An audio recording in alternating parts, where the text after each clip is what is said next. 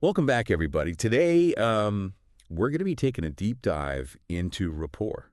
Ooh, fun. Yeah, and specifically, how to build it right. I mean, we all want to connect with people, deeper, Really? more effectively, and Yeah. and hey, maybe even spark a connection with someone special. Hmm. So we've got an expert in interpersonal communication who's going to be breaking it all down for us. Awesome. Yeah, and you know what's really interesting? Right. The most surprising takeaway is that rapport isn't this mystical thing. Oh, really? It can actually be cultivated strategically. That's interesting because so many people think it's something you're born with or you kind of just stumble into it if you're lucky. Right, exactly. But it's not like that at all. No. It's a process, and it's a set of skills you can learn and master. So instead of just hoping for that click, we can actually create it. Yeah. That's pretty cool, It right? is. Yeah. But before we get into the how-to, let's define what we're talking about here. Okay. What does the expert say rapport really is at its core? Well, the expert really emphasizes that it's more than just getting along. Okay. Right. True rapport is a state of deep emotional connection. So you're feeling understood, you're comfortable, you're totally in sync with the other person. Almost like you're sharing the same reality. Wow. So it's not just about being friendly on the surface, it's about that deeper sense of resonance. Exactly. Huh, no wonder it feels so good when you experience it. It does. Yeah. And here's where it gets even more interesting. Okay. The expert really highlights that words actually play a surprisingly small role in all of this. Really? Yeah, nonverbal cues are way more impactful. Oh, wow. Like body language, tone of voice, even things like breathing patterns. Hold on, so you're telling me that even if I'm saying all the right things, Uh-huh. my body could be sending like a totally different message. It's definitely something to be aware of. That's kind of terrifying, honestly. Yeah, well, the expert calls this mirroring and matching. So you subtly mirror someone's nonverbal behavior to build that instant connection.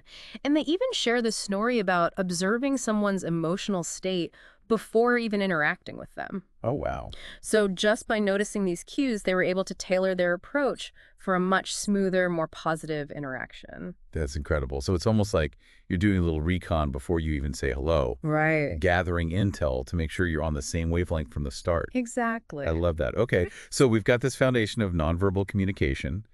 What else does the expert recommend for building rapport strategically? Well, the expert lays out a 5-step process, and it's fascinating how structured it actually is. Okay, I'm all ears.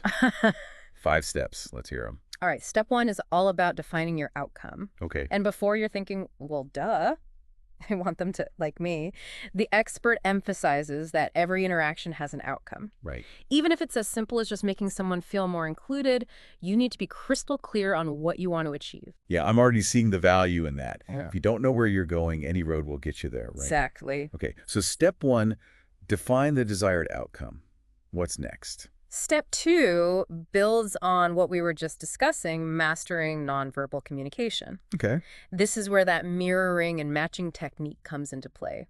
Pay really close attention to their body language, their tone, their energy, and adjust your own to match. Okay, mirroring, got it. But wouldn't that be super obvious? Like, am I supposed to just turn into their exact reflection? It's all about subtlety. Okay, So think of it like reflecting back their energy and vibe, not mimicking them. okay. So for example, if they're leaning forward, you might subtly lean in as well. Or if they're speaking softly, you might lower your voice a bit. I'm starting to see how this could create that sense of harmony without being like too in your face. Right. Yeah, it's not about becoming a copycat. It's about finding that subtle alignment. Mm-hmm. Okay, on to step 3. What's the magic formula there? This one is all about strategic questions. Oh, And this is where it gets really interesting because the expert made the point that every question is actually a leading question. It directs the conversation, okay. but even more importantly, it directs the other person's thoughts. Whoa, that is powerful. So it's not just about filling the silence with any old question. Right. It's about choosing questions that will gently kind of steer the conversation toward that outcome that we defined in step 1. Exactly. You're using questions to gather information, but you're also subtly guiding the interaction in a direction that benefits both of you. Man, this is making me rethink every conversation I've ever had.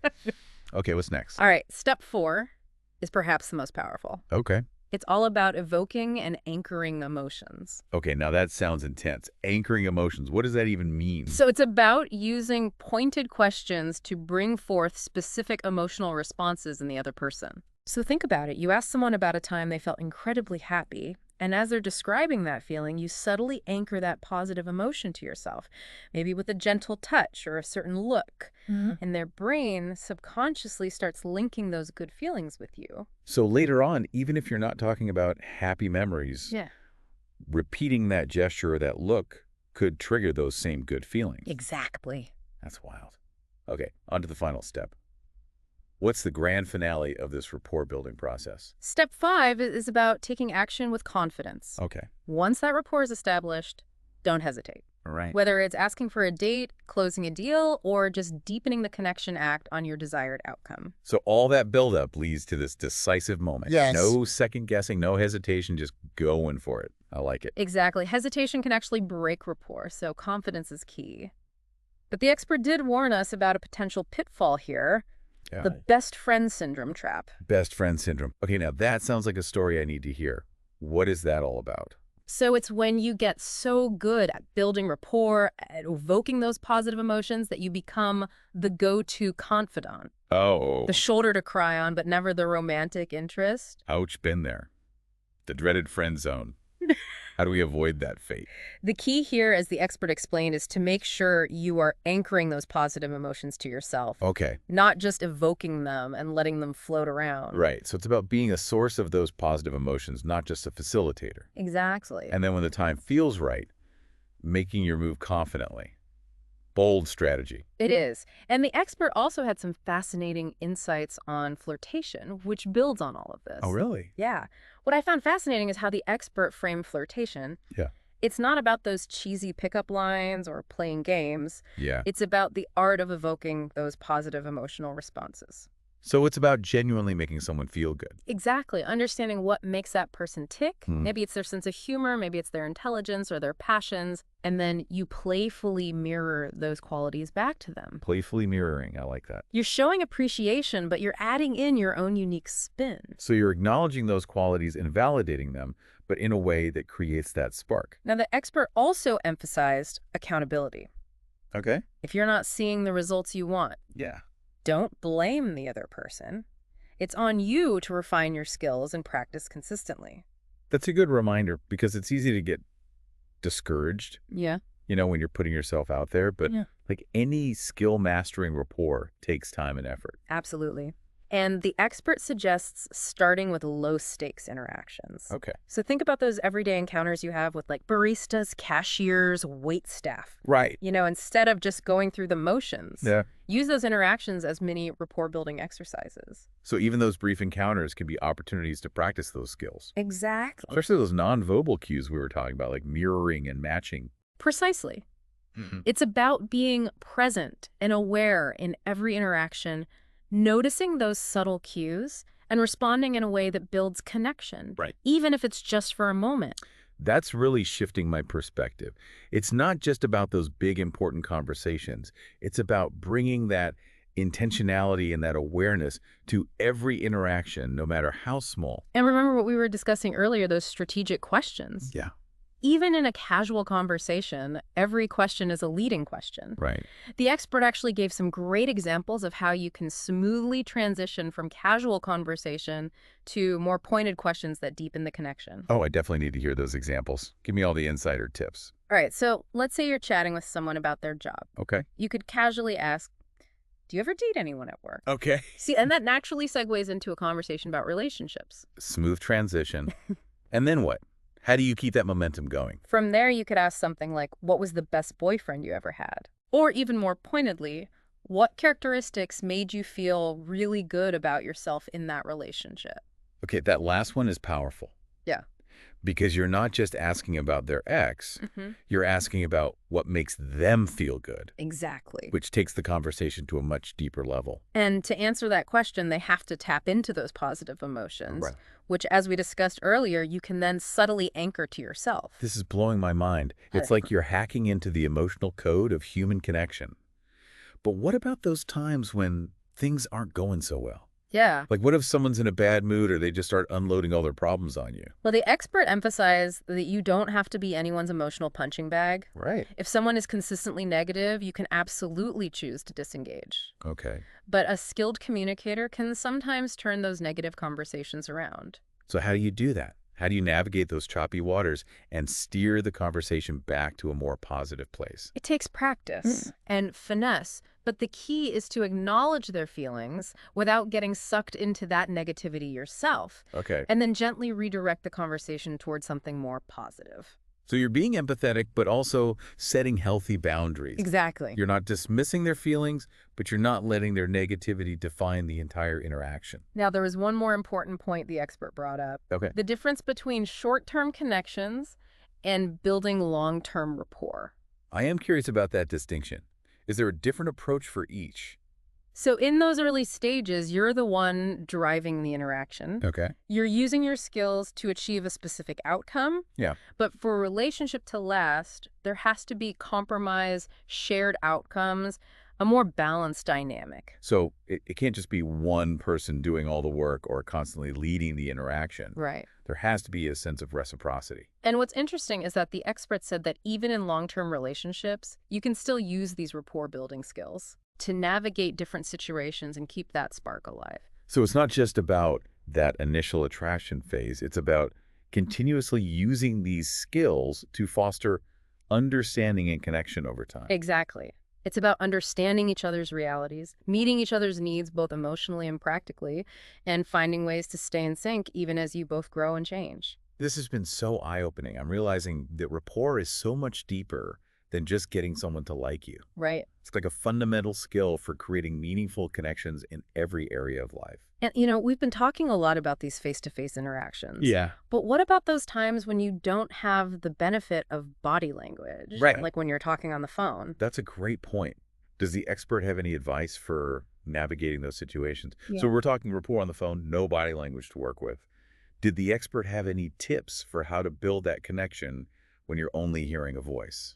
Yeah, they did, and it's all about tonality. It becomes even more crucial on the phone. You've got to pay attention to their rate of speech, the volume, the pauses, even their breathing. Wow. So it's like becoming an auditory detective. Exactly. And once you've tuned into their tonality, you can start matching and mirroring it just like you would with body language. Right. You're essentially creating that sense of being on the same wavelength through your voice alone. It's really amazing how much we communicate without even realizing it.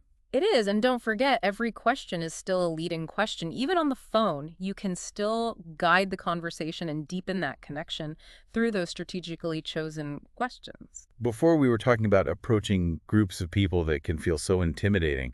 Did the expert have any advice for making that initial connection? Yeah, they did. It comes back to that idea of shared energy. Okay. The expert pointed out that groups, especially when they're out having fun, tend to have this collective vibe, this shared wavelength. Right. So to connect with a group, you have to tune into and match that group energy. Don't just focus on one individual. So it's about acknowledging and respecting that group dynamic before trying to single anyone out. Right. You're essentially showing that you get their vibe. Oh, And the expert said if you don't match that energy, the group is likely to shut down or move on. because you're not meeting them where they're at. Exactly. Yeah, that makes sense. I've definitely seen those awkward encounters where someone tries to approach a group and they just get totally ignored. Ouch. Yeah. The expert also talked about reading the room, especially if you're naturally a quieter, more introverted person. Okay. It might be easier to connect with people who are also in a quieter, more reflective state. Find your tribe. Exactly. And here's a final point from the expert about approaching that I found particularly insightful. Okay. It's not just about what you say. It's about making sure you're approaching at a time when the other person is actually receptive. Timing is everything. So true. You could have the perfect opening line, but if the other person isn't in the right headspace, it's going to fall flat. The expert really stressed observing someone's state before approaching. Are they engaged in a conversation? Do they seem stressed or distracted? Or are they open and relaxed? Yeah. Choosing the right moment can make all the difference. It's about respecting their boundaries and setting yourself up for success. I love how this expert is challenging all those traditional dating rules and really getting to the heart of what makes connections work. One of the biggest takeaways for me was that rapport isn't just about romantic connections. It's essential for any interaction where you want to build trust and influence. So whether it's negotiating a business deal, giving a presentation, or just having a heart-to-heart with a friend, Mhm. these same principles apply. It's about understanding that subtle dance of human connection. This deep dive has been so insightful. It's really a reminder that even though we live in this fast-paced digital world, those fundamentals of human connection haven't changed. We all crave genuine connection and understanding. So true. And by mastering the art of rapport, we can create more of those meaningful moments in our lives in every area. So as you go about your day-to-day, think about those 5 steps. Pay attention to those nonverbal cues, and don't be afraid to put yourself out there. And even if you stumble a bit, remember it's all part of the learning process. Embrace the journey, keep practicing, and you never know what incredible connections you might create. Until next time, keep diving deep.